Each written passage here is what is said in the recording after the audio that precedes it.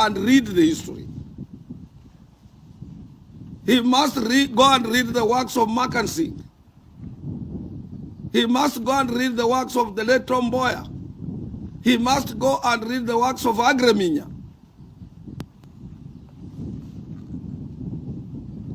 And those Kenyan workers listening to Mudavadi yesterday waited in an earnest to hear about how he will be able. He was talking about economy. Economy has some parts. Even his friend, William Samoei Ruto, says he has a bottom-up system of growing economy. What was Mudavadi's? Mudavadi said, oh, money in the pocket. How does money jump into your pocket? Without having an idea as to how you can put some mechanism in place to spur economic growth and hence create employment and reduce unemployed youths. Nobody listened to him. He didn't talk about improving terms and conditions of workers in Kenya apart from lamenting Francis Atwoli. I have put labor movement on the continent of Africa together. We are running trade unions in Kenya professionally.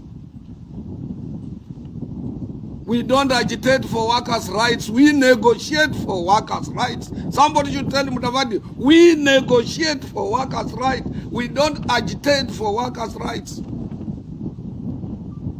Somebody should tell him. It is sad that even as a presidential candidate, Mudavadi still continues fighting small wars. He needs to grow beyond those small wars that he's fighting if he's to be taken seriously as a presidential candidate. Much disturbing is the fact that Mudavadi is so naive that he doesn't seem to understand how the labor movement in Kenya works. He has never been told that the Secretary General of Court is not the Minister for Labor or the Minister for Treasury, who can be, and he blames me for the performance of the two ministries of Finance and Labor as if I was in charge. Our labor movement, he should be able to know that is free and independent. We are not a department of any ministry within the government. Unfortunately, it's not an inflation rate and consumer price index.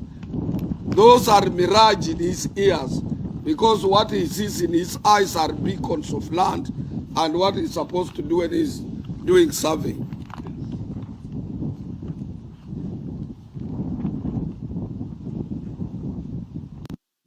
He goes further and he avers that if he became president, he can have some authorities and powers of changing leadership of labor movement in this country. Who will allow him? Musalia he should go and read how we operate, both employers associations and employers organizations, trade unions and governments. We are social partners anchored under the International Labour Organization various conventions. You cannot wake up from the wrong bed of your from the wrong side of your bed and you say, since I'm a president, I want to remove leadership and change leadership of court. We have structures, we have our constitutions.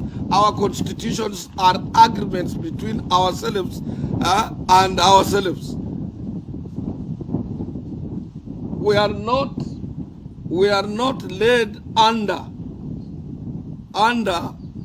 a code of conduct of government or any code from any ministry. So he's a daydreamer and he requires a lot of lecturing. Considering go to Kenya, our influence and what we have, you cannot compare to the influence his party ANC has. We in Kenya, we are between 4 and 5 million members. His ANC party has not even 100 members. Those people you see are sending, and I want to thank them, because when they heard Mudavadi attacking me, and immediately when Samoei Ruto entered his NDC, most of them threw away those capes of NDC from their hearts, and they were illusioned and they were unhappy. And I'm happy some went home without picking the 5,000 allowance he had earmarked to give them, because they knew that was not his money. I want to salute them. I want to salute those delegates who refused to take 5,000 shillings that had been donated and brought to them by William Samoei Ruto through ANC Musalia Mudavadi's kiosk.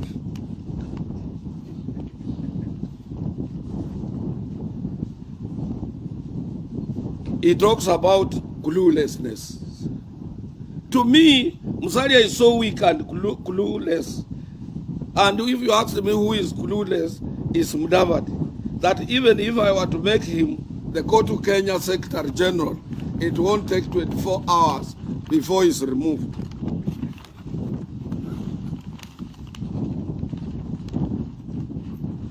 He talks about trust.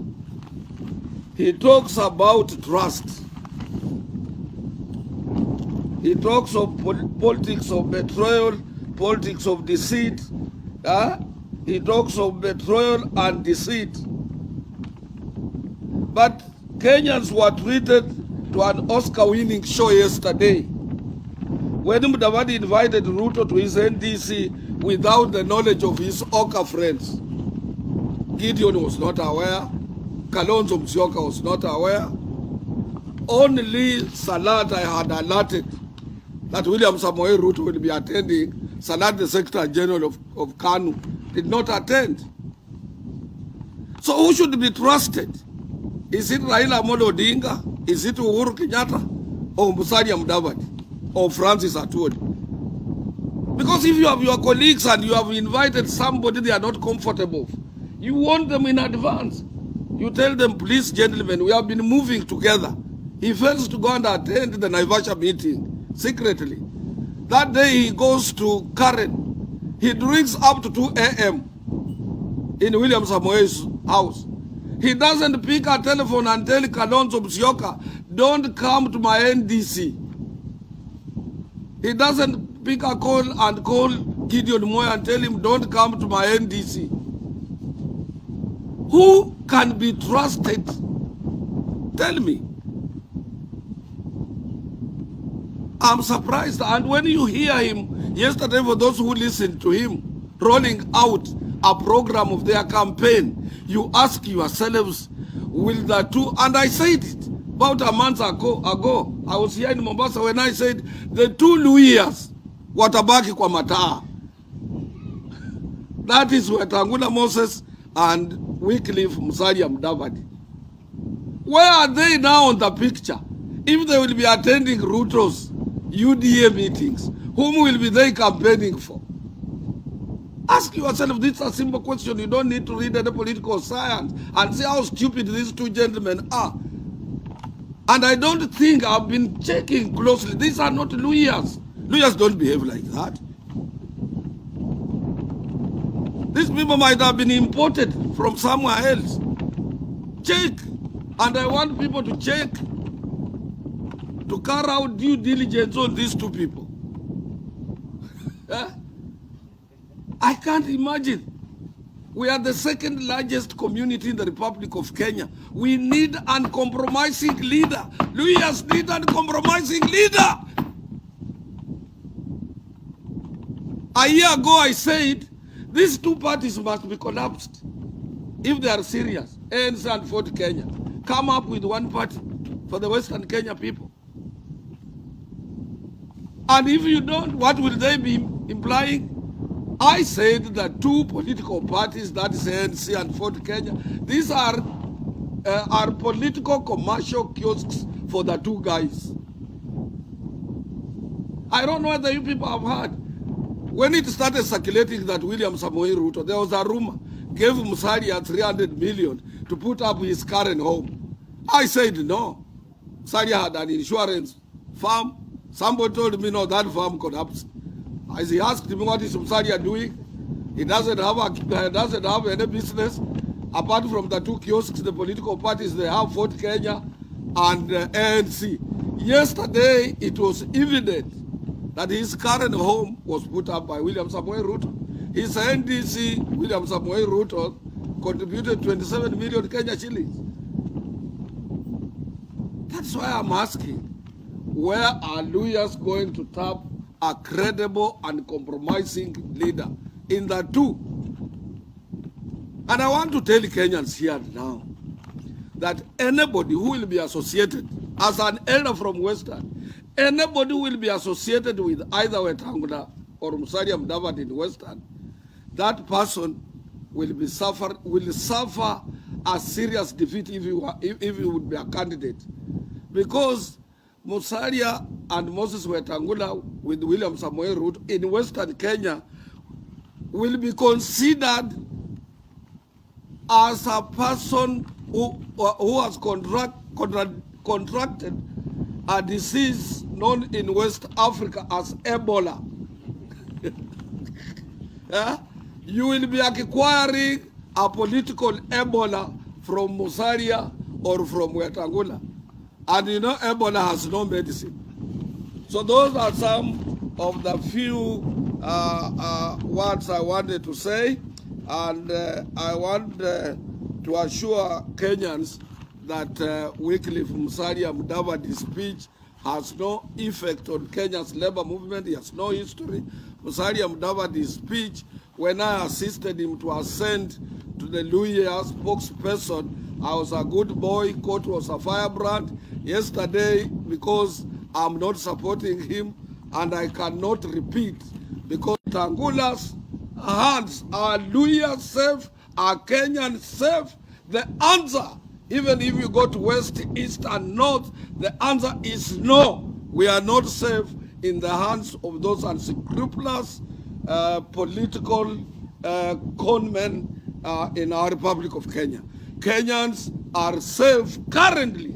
Kenyans, the entire Republic of Kenya is safe in Raila Amolo Odinga's hands. And therefore, the entire Western Kenya is Azimio.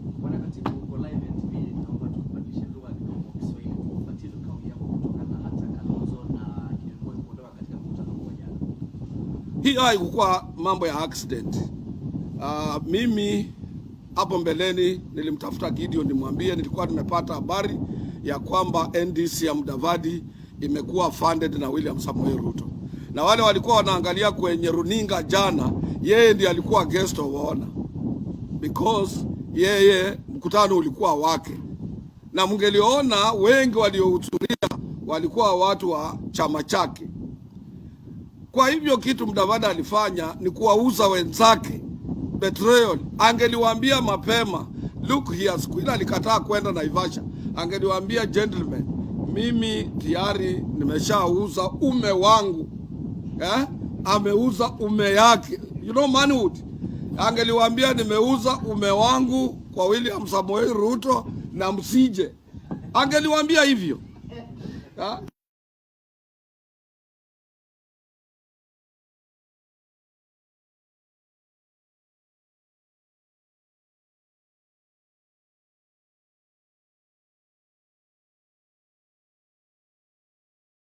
Oka dini kila kitu. Yeye alifikiria namna gani usiku? Wakati yeye anasema Raila hataki, Azimio is not option. Uhuru is not option. I hate politics of betrayal. Yeye anaenda kulala kwa kitanda yake. Conscience ya Mudavadi iko wapi? Wakati alipokuwa ameuza ume wake kwa William Samoei Ruto. Hata ukiona hiyo ni ume, wewe niambie wakati wanapoenda round. Tangu jana kila mtu anasema ni presidential candidate. Jiulize kwa hao watu watatu, wanawake ama mwanamke ni nani? Hiyo ni swali unataka kujiuliza, ni nani mume na nani? And that is why Ruto was sitting pretty quiet. Anajua I have married the two sisters. Hakuna mtetemeko wa ardhi. Mtetemeko wa ardhi ulikuwa wawili, Waluhya wawili, wanaume kuolewa na mwanaume mmoja.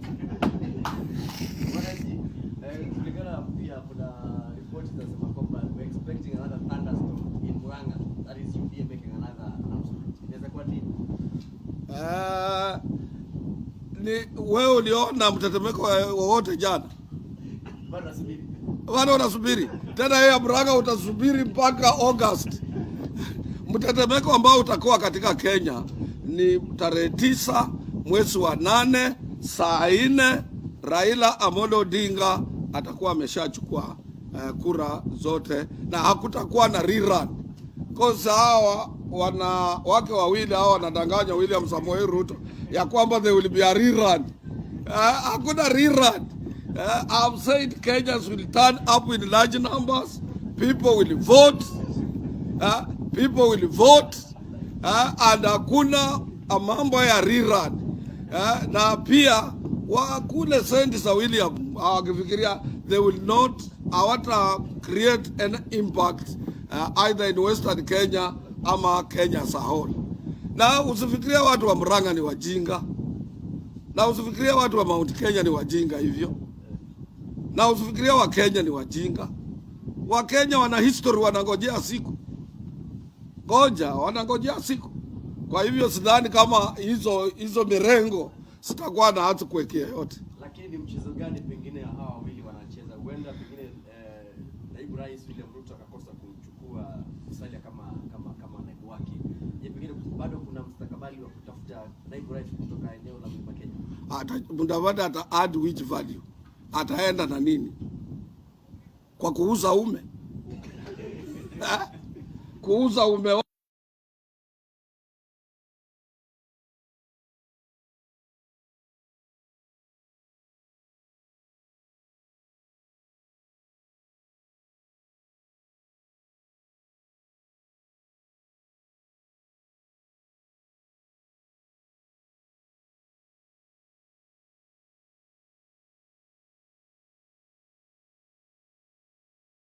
It's a big shame ya kwamba if we can trust our leadership in such hands.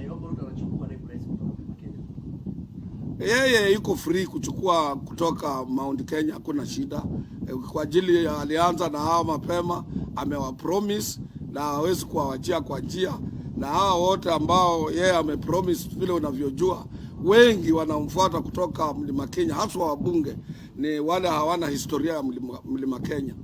Wale watu ambao wana historia Mlima Kenya hawaongei. Lakini ikiwa hivyo akachukua naibu kutoka Mount Kenya na Musalia, hatimaye itakuwa vipi kuangalia siasa? Mimi nimekuambia hawa mwanamke aki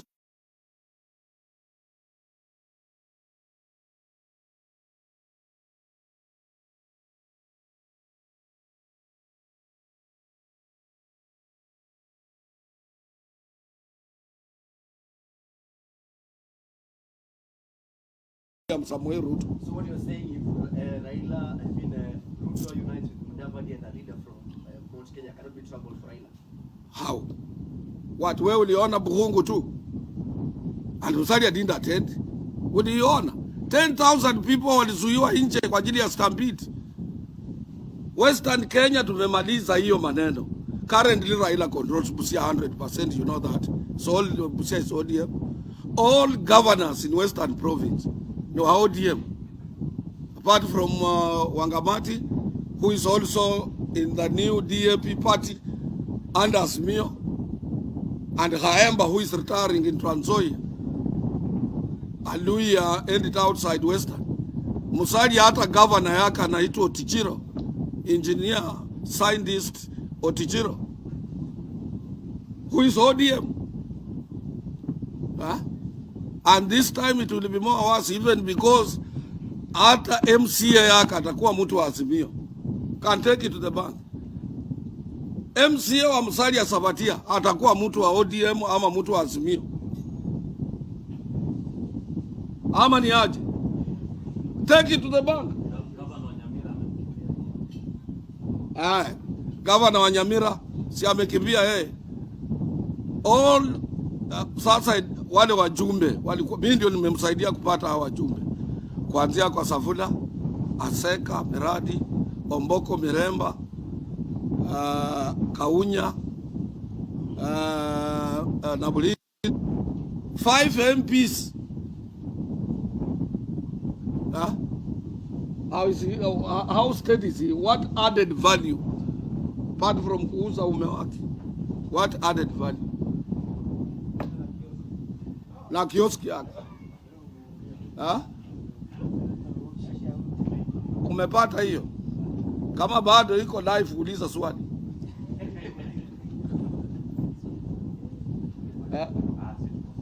Mko sawa?